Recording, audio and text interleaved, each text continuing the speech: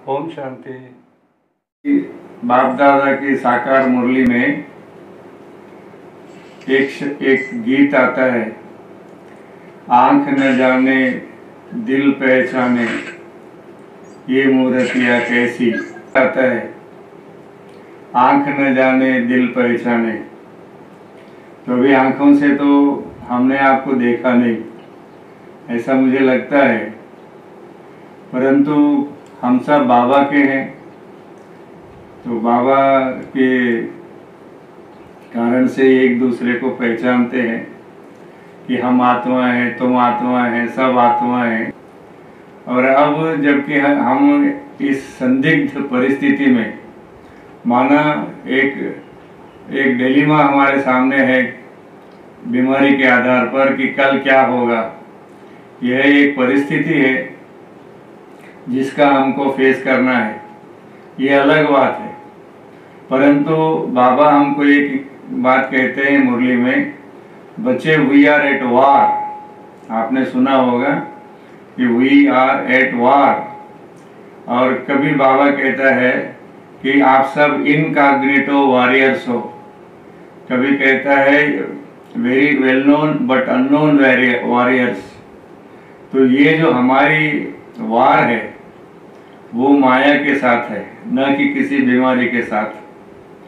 क्योंकि सारे कल्प में हम ही एक ऐसे हैं जो जानते हैं कि ये गुप्त रीति से हम लोग सेना में हैं। और हमारा जो, जैसे आप देखेंगे मोबाइल की स्क्रीन पर बार बार आता है, we are at battle field में है। तो उनकी बैटल फील्ड बीमारी की है और हमारी बैटल फील्ड आत्मा के बीमारी की है, जो करीब करीब 2500 साल से हमारे पीछे लगी हुई है। धीरे धीरे ही सही, अब वो फुल प्लेज माना फुल फोर्स में हमारे विरुद्ध में है। और फिर बाबा कहता है कि बच्चे, कभी माया है ना, रुस्तुम होकर के लड़ती है, डरपोक से क्या माया लड़ेगी। तो डरपोक पहले ही हार मान लेता है। माना मेरा बोलने का तात्पर्य था कि परिस्थितियां जो हैं हमारे सामने वो सूक्ष्म हैं माया की, कि कई बार हम उन परिस्थितियों को समझ नहीं पाते हैं। ये हमारे विजय की सीढ़ी है, स्टेप है। कि हर एक परिस्थिति हमारे लिए एक नया स्टेप है जिसको हमको चढ़ करके अपनी मंजिल तक पहुंचना है। ये हमारे ध्यान पर रहे कि हमारी मंजिल ऊंची है और हमारी मंजिल में पहुंचने तक कई स्टेप्स, माना कई परिस्थितियां आएंगी। समझिए, जब हम ज्ञान में आते हैं तो मेरा ये अनुभव कहता है कि बाहर वाली दुनिया परिस्थिति क्रिएट करते हैं कि भाई ये अलग ही ज्ञान है, न किसी शास्त्र में है, न उपनिषद में है, न वेद में है, न गीता में है, आप ये क्या बोलते हो। हाँ, वो समझते हैं हम नास्तिक हैं, ना पूजा करते हो, ना पाठ करते हो। तो ये एक परिस्थिति बाहर वाले क्रिएट करते हैं। ये कैसा विश्वविद्यालय है, ये कैसा सत्संग है, ये कैसी संस्था है जो कहती है शादी मत करो, ये कहती है ये नहीं खाओ, वो नहीं खाओ, ये नहीं देखो, वो नहीं। हमने कई सत्संग किए, मगर आपका सत्संग अलग ही है। तो ऐसी परिस्थितियां वो क्रिएट करते हैं। हमारे भाई बहनें कई बार मेरा देखने में आया, वहाँ ही थक जाते हैं, फर्स्ट स्टेप में ही, माना पहली मार में ही पीछे हट जाते हैं। पर ये मार तात्पुर्तिक है, क्षणिक है। जब वो देखते हैं कि हम नहीं सुनते हैं उनको, तो फिर वो पीछे हट जाते हैं, ये कह करके कि भाई जाने दो, छोड़ो, इसको कौन बोलता है, सुनता नहीं है किसकी भी है। फिर दूसरा जो आता है, फिर घर वाले तंग करते हैं कि भाई शादी करो, ऐसा रहो, वैसा रहो, ये क्या चक्कर है ये। तो फिर घर वाले भी शांत हो जाएंगे। हमने देखा घर वाले भी शांत होने के बाद फिर तीसरी दो परिस्थितियां हमारे सामने उत्पन्न होती है, वो है हमारी शारीरिक। तो देखते हैं कि कई बार ऐसे होता है, जो बीमारियां बाबा कहता है छुपी रहती है, जब डॉक्टर दवा देता है तो वो उफान खाती है, बाहर निकल आती है।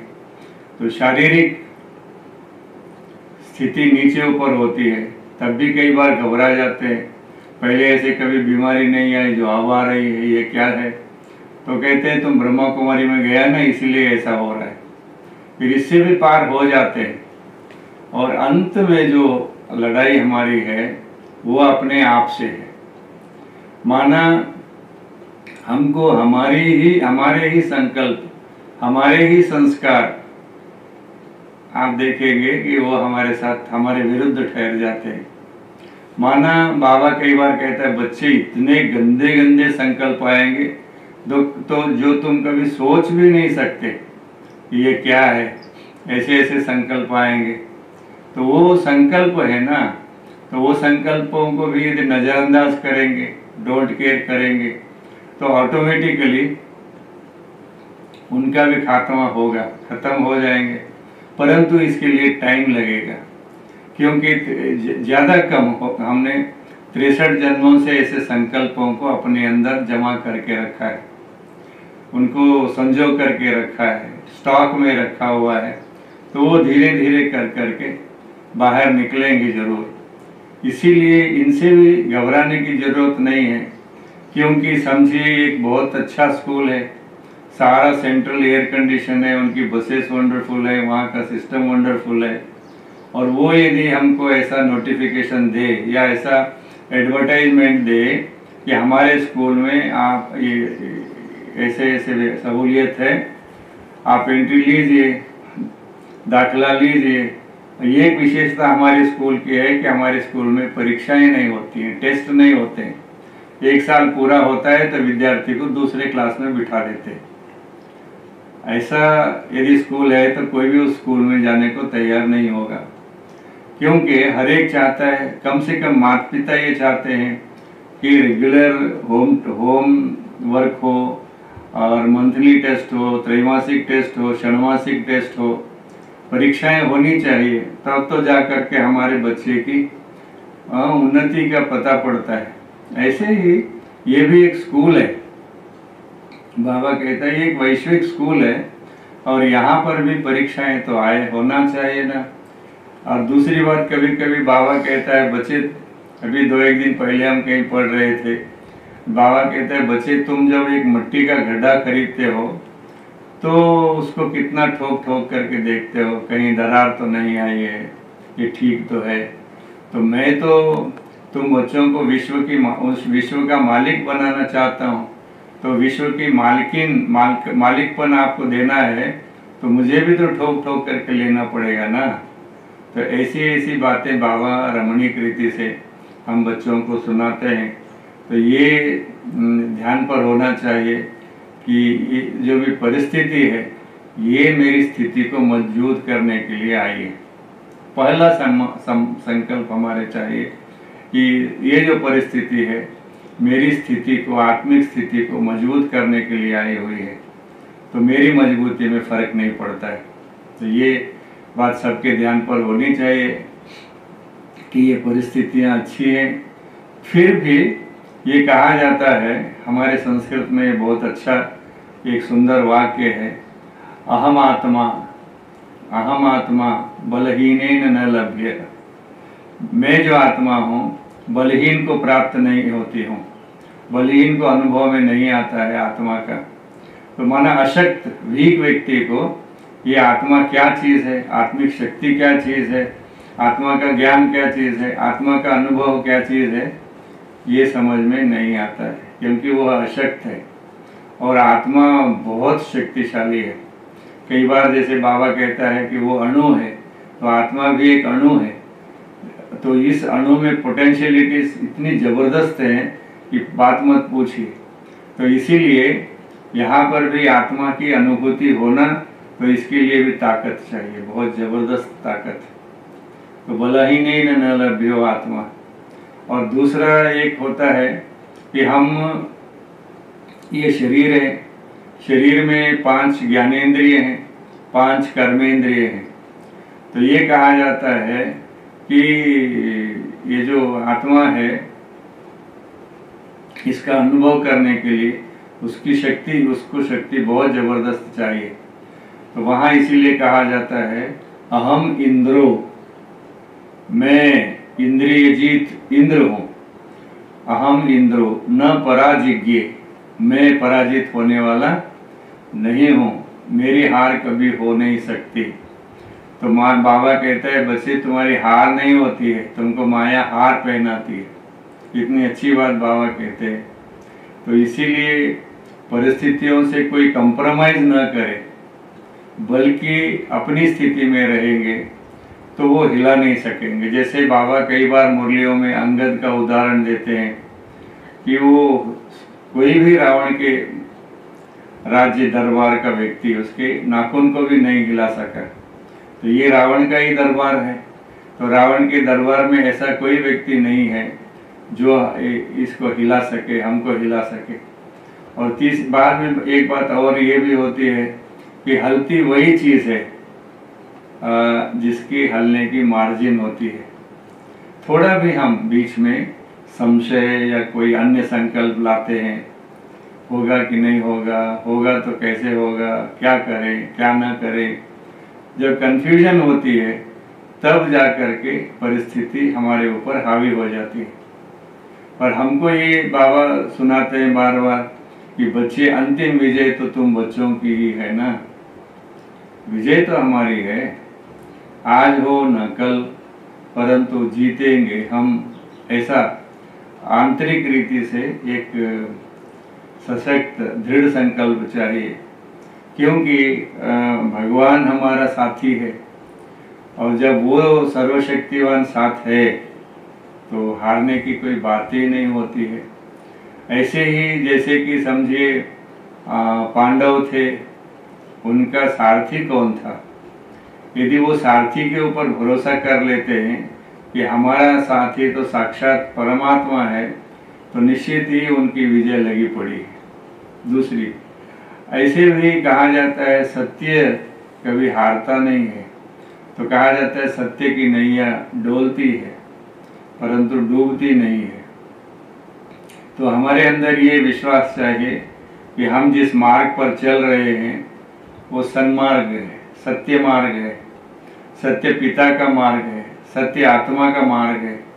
तो ऑटोमेटिकली हमारे अंदर एक प्रकार का दृढ़ विश्वास जम जाता है कि जीतेंगे तो हम ही, क्योंकि हमारे सिवाय आज बाहर की दुनिया में किसी को हिम्मत नहीं है कि ये माया से पंगा मोल लें, क्योंकि वो तो पहली बात यह है कि माया को जानते नहीं है।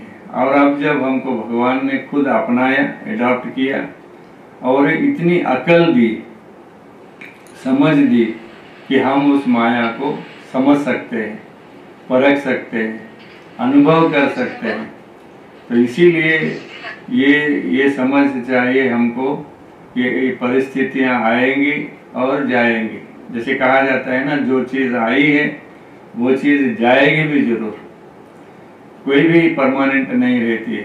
एक ही अंतर में देखिए, सतयुग त्रेता में हम कैसे भले चंगे थे, 16 कला संपूर्ण निर्विकारी सर्वगुण संपन्न अहिंसा परमो धर्मी थे, सर्वांग सुंदर थे, वहाँ थे, सतयुग में थे।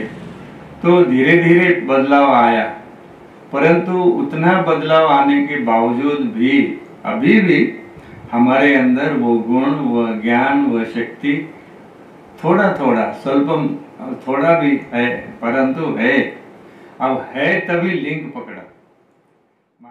जब कोई नेगेटिविटी है, पॉजिटिविटी कुछ है ही नहीं, तो वहाँ फिर पॉजिटिविटी पकड़ नहीं सकती है, अट्रैक्ट नहीं होती है। तो ऐसे ही 84वें जन्म में भी हमारे अंदर ज्ञान की लो अंदर कहीं ना कहीं है।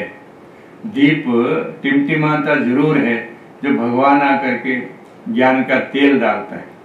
ऐसे कहा जाता है कि भगवान क्या करते हैं, प्रज्वालितो ज्ञानमय प्रदीप, कि भगवान आकर के ज्ञान का दीप प्रज्वलित करते हैं। तो और उस दीप के प्रकाश में हम परिस्थितियों को देख सकते हैं कि ये परिस्थिति है और इसको हमको मात देना है, ऐसी बात है। तो ये हमारे ध्यान पर होनी चाहिए। अब बार बार ये कहा जा रहा है, इन दिनों में आप देखेंगे मैंने जैसे कहा बलहीन की बात है, वो बल शारीरिक और ये है आत्मिक। और आप देखेंगे कि बार बार ये शब्द इन दिनों में ये जो बीमारी है इसके कारण से आपको सुनने को मिलता है कि इम्यूनिटी कम है, इम्यूनिटी स्ट्रांग होनी चाहिए। तो वो शारीरिक इम्यूनिटी की बात करते हैं और हम आत्मिक इम्यूनिटी की बात करते हैं कि हम आत्मिक रीति से साउंड होंगे। दूसरी बात वो समझते हैं कि शारीरिक रीति से यदि हम सशक्त हैं, शारीरिक रीति से हम सशक्त हैं तो बीमारियां नहीं आएंगी। और हम समझते हैं हम आत्मिक रीति से सशक्त होंगे तो परिस्थितियां नहीं आएंगी। परिस्थितियों का एक अर्थ हम ये भी निकाल सकते हैं कि विघ्न नहीं आएंगे, हम निर्विघ्न रहेंगे। फिर कभी बाबा कहता है विघ्न आना, विघ्नों को मार भगाना। नहीं बच्चे, विघ्न को आने ही नहीं देना। तो नहीं आने देना तो हमारी इम्यून सिस्टम जो है ना, ग्रास्पिंग, जो नेगेटिविटी को पकड़ लेती है। आप देखेंगे यदि कोई नेगेटिव माइंड वाला व्यक्ति होगा, कहीं नेगेटिव बात चलती होंगी ना, तो बहुत जल्दी उधर अट्रैक्ट हो जाता है। ऐसे ही कोई व्यक्ति परिस्थितियों के वश होने वाला होगा तो इतना जबरदस्त वश हो जाता है कि उसको स्वस्थिति का भान ही निकल जाता है। तो वो डेंजर है कहीं, क्योंकि देखिए कितने आए और कितने गए इस ज्ञान में। हमने तो देखा, मैं इस ज्ञान में 1969 से, तो हम जब आए तो सामने हमारे एक ही वाक्य था कि 1976 के बाद ये विश्व युद्ध होगा और ये विश्व बदलेगा, कलयुग जाएगा, सतयुग आएगा। तब नारा भी यही लगता था, कलयुग जा रहा है, सतयुग आ रहा है। परंतु 76 तक ये वर्ष चलते रहे। बाबा भी मुरली में बोलता रहा, बच्चे अब 6 वर्ष है, 5 वर्ष है, 4 वर्ष है, 1 वर्ष। 76 में जब विनाश नहीं हुआ तो हम कहते थे अभी हम 0 में पहुंचे और 1 किलोमीटर अंदर गांव है। जब 76 पूरा हुआ तो जनवरी 77 18 जनवरी को बाबा ने एक मुरली चलाई जो करीब करीब 11 पेज की थी। उसमें बाबा ने कहा ये था बच्चे विनाश। क्या विनाश था? विनाश के कारण, माना स्वस्थिति इसी पर डिपेंड थी कि 1976 में विनाश होगा और विनाश हुआ नहीं। तो 7 में बाबा ने मुरली चलाई, कहा देखो ये विनाश के कारण, क्या तुम विनाश के कारण पवित्र रहते हो कि विनाश होगा तो विनाश होने तक हम पवित्र, ऐसा कोई वादा किया था क्या? नहीं। तो हम तो ईश्वर के कारण पवित्र रह चुके थे या अपनी स्वस्थिति के कारण पवित्र रहे हुए थे। तो बाबा से कई पूछते थे कि बाबा विनाश नहीं हुआ तो शादी कर लें, तो बाबा कहते थे हाँ शादी कर लो। कोई घर बनाना चाहता है बना लो, कोई वापस पुरानी दुनिया में जाता है चला जाए। तो बाबा ने कहा देखो बच्चे कितने पत्ते झड़ गए, जब तूफान आता है ना तो पत्ते झड़ते हैं, तो ये भी एक तूफान था। तो ऐसा हुआ और 76 में इमरजेंसी आई थी। इमरजेंसी के कारण इतने बाबा की सेवा हुई जो कभी पहले नहीं हुई थी। कई नए सेंटर खुल गए 76 में, तो ये भी एक प्लस पॉइंट हो गया। तो इसीलिए जो परिस्थिति से हार गया वो रावण के वश हुआ, जो परिस्थिति से जीत गया वो नारायण पद के और नजदीक आ गया। तो ये अनुभव की बात है, थोड़ा सा मनुष्य को धैर्य रखना पड़ता है। तो इसीलिए कहा जाता है धैर्यवान पुरुष हर परिस्थिति पर विजय पाता है। तो यहाँ हम ये जरूर कहना चाहेंगे, हमारे अंदर एक तो सहनशीलता की शक्ति चाहिए कि हम परिस्थितियों को शांति से एब्जॉर्ब करें, स्वीकार करें, क्योंकि स्वीकार करते हैं ना तो उसको सामना करने की शक्ति आती है और सामने वाला भी ये स्वीकार करता है परिस्थिति है, वो भी नरम पड़ जाता है। तो इस रीति से हम जब तक स्वस्थिति, अब ये रहेंगे तो स्वस्थिति में परिस्थिति को पार करें। अभी स्वस्थिति क्या चीज़ होती है? तो स्व माना हम बिल्कुल ही सहज अर्थ ले लेते हैं आत्मिक स्थिति। स्व माना आत्मा, आत्मिक स्थिति। तो ये जो आत्मिक स्थिति है, मैं आपको बताऊं कि जब हम समझते हैं मैं आत्मा हूँ, हाँ मैं आत्मा हूँ, बरोबर है। पर यहाँ संगम युग पर एक तो ये पक्का किया जा रहा है कि शरीर के बाबा दो एक दिन पहले कहा, बच्चे इतना बड़ा शरीर है और इतने बड़े शरीर को इतनी छोटी सी आत्मा चला रही है। अब ये जो छोटी सी आत्मा है, यह एक अणुबम है। आप देखेंगे आत्मिक बम जिसको बाबा बोलता है, इसमें ट्रेमेंडस पोटेंशियलिटीज, ट्रेमेंडस पावर है, शक्ति है। तो ये जो छोटी सी आत्मा है, इसका गीता में वर्णन बहुत आया है दूसरे अध्याय में। परंतु वो छोटी सी आत्मा ही मैं हूँ, यह बात नहीं बताई गई, यह बात बताई नहीं गई गीता में।